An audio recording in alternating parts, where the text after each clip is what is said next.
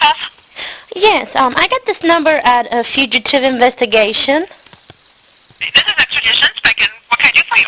Yeah, I want to ask you a question.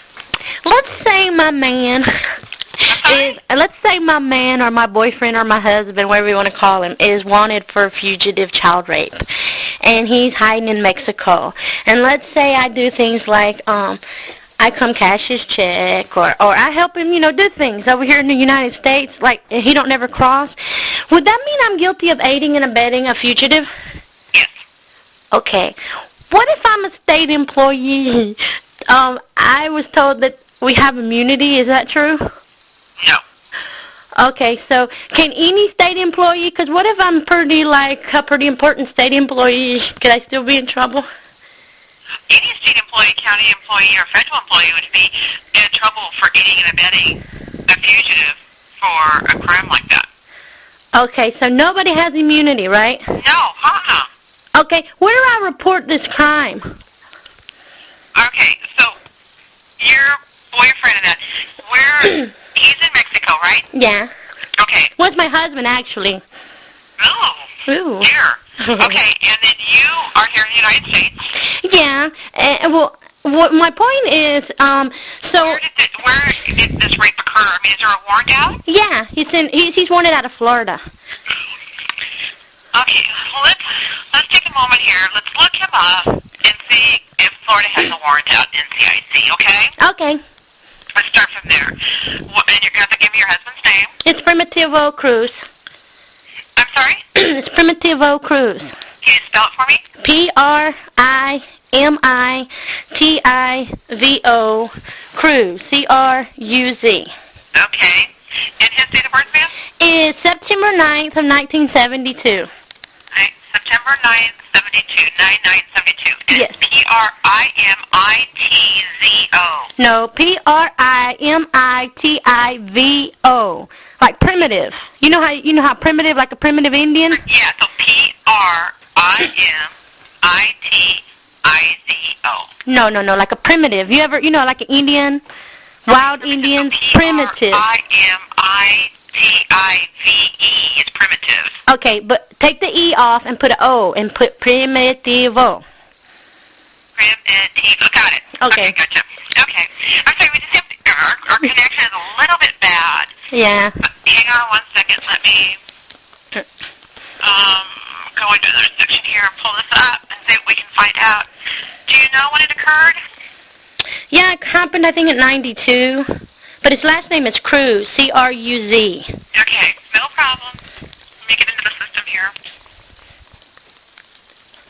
Is he telling you that you're immune to this? Well, there's a lot of people saying that certain state employees are immune, and I was just wondering if that was true. No. Actually, I've never heard of that. Me either. I think it's crazy, too. I think a lot of Americans think that somebody actually think that that's true. I'm not falling for it. I'm not falling for it. I don't think so. I'm thinking they've given you I'm not falling for it. I'm trying to think of the logic there, but I'm not there, so. Okay, me either. I'm not following. I'm not buying it either. Okay. C-R-U-Z is P-R-I-M-I-T-I-V-O. Male, 19-2-0909.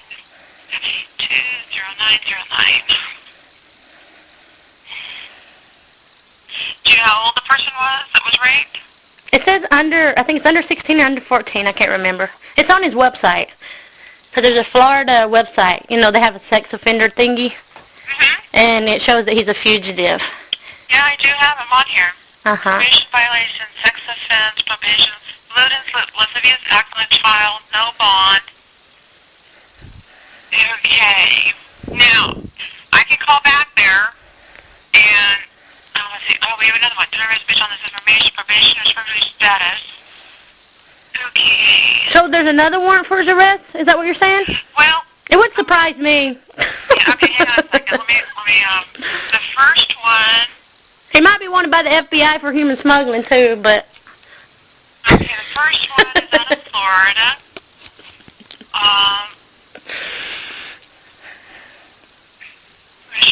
Out of Tallahassee. Oh, this is someone different. Oh, okay. Okay, the second one is somebody different. So it just said that their names had crossed at one point in time.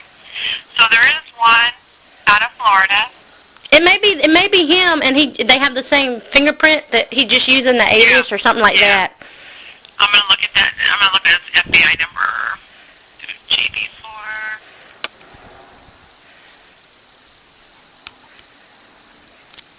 Why do we don't have his FBI number out here?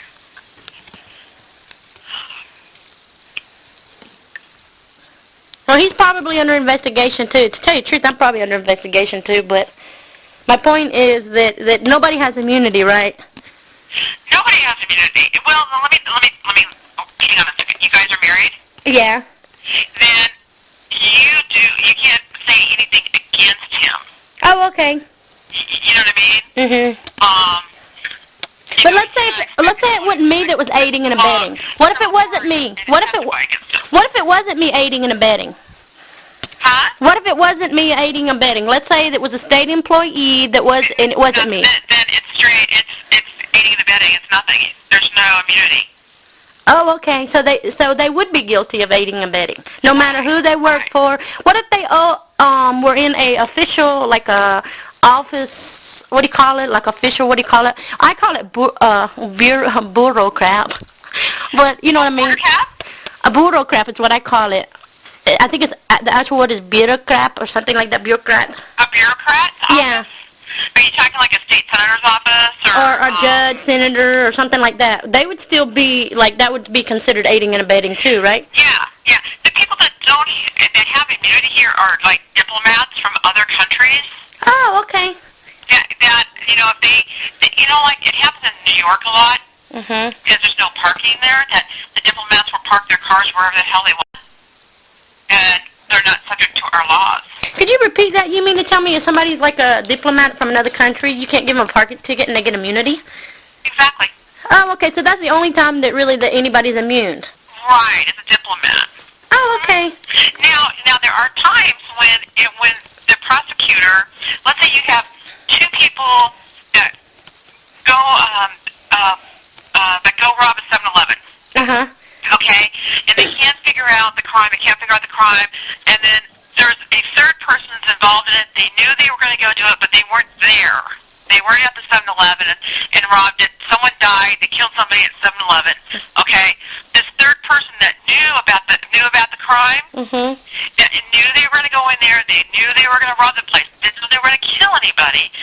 Well, maybe this person will come forward and say, "I want immunity. I will tell you about this 7-Eleven murder because my conscience is killing me, but I want immunity so I'm not prosecuted." Okay, so there's like a deal. Yeah, it's a deal. Yeah. But you had to turn. That can happen. But you had to turn in the other person, right? Of a diplomat. But you had to turn in the other person, right? Huh? But you had to turn in the other person, right? Right. Well, yeah, they go testify against the other two, but they only do that in cases where they can't figure out who murdered this person. Now, for you can remain totally anonymous. Okay? And, you can give me all this information. I don't know who you are, and, I know you're his wife, okay, or supposed wife or whatever, but I'm not going to say anything. I'm just going to call Florida and say, "Hey, are you interested in this person? This person's in Mexico. Do you want us to hunt him down?" And only by the information you give me is I give that on. I'm the only one that knows. What if I told you that he had court here in the United States? I'm sorry, your phone call cut out. Oh yeah, I'm having what do you call it? Somebody's calling me, but I really want to finish this conversation with you, so I'm not going to answer my phone. But anyway, let's say, actually it's the United Nations calling, but anyway, oh my God. Anyway, we've been playing phone tag. Oh my God. Well, anyway, I want to finish this conversation. So let's say there is a court. He has court here in San Diego. Okay, you cut out again. I don't have a clue what you said, hon. Okay, somebody else is calling that's from Laredo, Texas. Oh, man. All these important phone calls are coming while I'm on you. But anyway, can you hear me now? Yeah, I can hear you. Okay. Well, let's say there's a court in San Diego. And he has been given a court-appointed attorney that comes to court for him because they don't want him arrested. Now, and this is what happens with it. It just happened the other day. Let's say he has a warrant out for his arrest. Mhm. And then his attorney go and finds out about the warrant. Mhm. He'll have somebody go post bond for him so he doesn't have to go to jail. But then he has an attorney appearing in court for him. At some point in time, he does have to make an appearance in court. If he doesn't, the judge will issue a warrant. Okay, well, let's say that this court case has nothing to do with his warrant. Let's say doesn't matter. Oh, so you mean to tell me that if he is wanted for child rape and he has a child custody, that he can get a court-appointed attorney from the County of San Diego CPS? Yeah. And he go to court for him and get reunifications, all while he's a fugitive for child rape? No, hang on a second. But when he goes to court on that unification, they run him for wants and warrants. But what if he's not required to go to court? Like, for instance, I'm required. If I don't show up, I'll have a warrant for my arrest. Well, but he doesn't have to show up.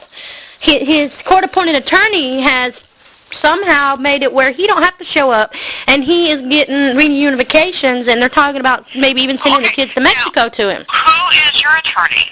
My attorney is Pablo Navarro, but he, don't do anything for me. He don't call me. He's waived my rights without my permission and everything. And I was just wondering, how in the world is this legal? Well, I don't know how he's not. Now, does he want to see his kids or not? Yeah, he wants to see his kids, but he won't come to the visitations that they've allowed to him because he's scared that I'll sig y'all on him. But well, yeah, we can arrest him right oh there. yeah, so he won't come visit the kids. He only calls the kids. But his attorney goes to court for him and has managed to get him reunifications, and I've been said that I can't get reunifications. Because I'm delusional, because I simply say that the reason why he's getting favoritism is because he's the original CPS judge was the real estate lawyer for the builder that he supplied to. I mean, I personally think that's a conflict of interest and that he's getting favor there. But I'm still confused how come he don't have to go to court.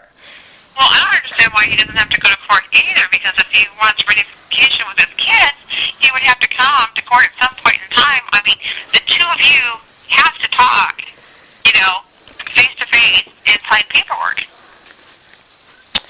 Well, sweet, I ain't signed nothing. I don't understand it at all either, and I'm thinking it's all illegal as all get out.